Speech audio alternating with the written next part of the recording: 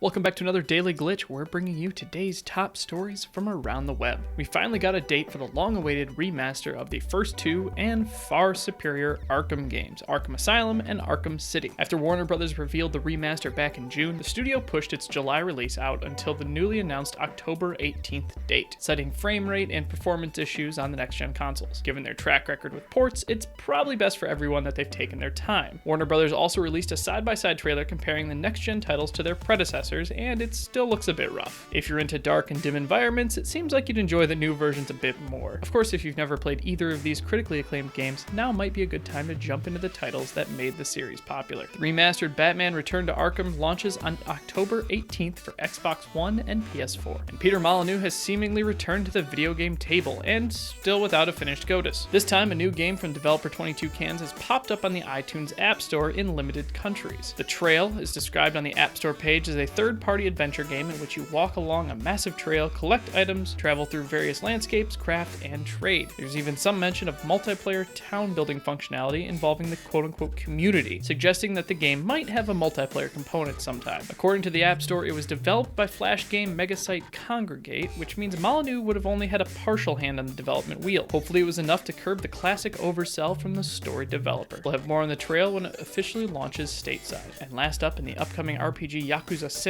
players will have the opportunity to experience realistic Japanese side activities, like karaoke, arcades, and chatting up cam girls. Wait, what was that last one? What is this? Is this all the news? Is this all the news today? Seriously, cam girls? Yeah, but Pokemon confuses me. Alright, fine.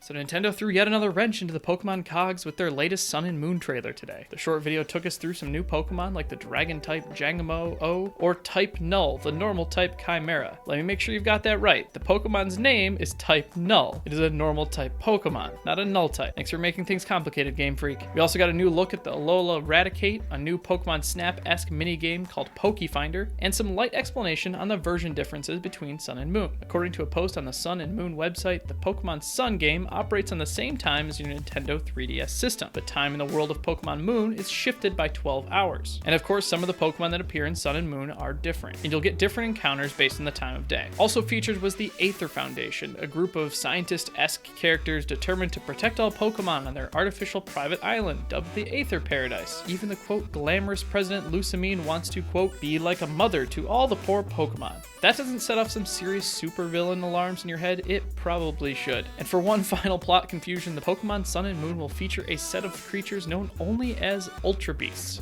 According to the Sun and Moon website again, in the Alola region, rumors are flying about mysterious creatures known as Ultra Beasts that possess mighty powers and could pose a threat to humans and Pokemon, and so they are feared. I have no idea what is going on in Pokemon anymore, so I have no further comment on this video. If you haven't watched the full trailer, there's plenty more tidbits crammed in, so be sure to check out the whole thing on Nintendo's page. In the meantime, are you looking forward to Sun and Moon, or are you worried it's too far of a departure from the traditional Pokemon standard? Let us know in the comments below. If you'd like to stay up on all the latest gaming news, subscribe to our channel and follow us on Twitter @GlitchFeed. We'll be back tomorrow with another Daily Glitch.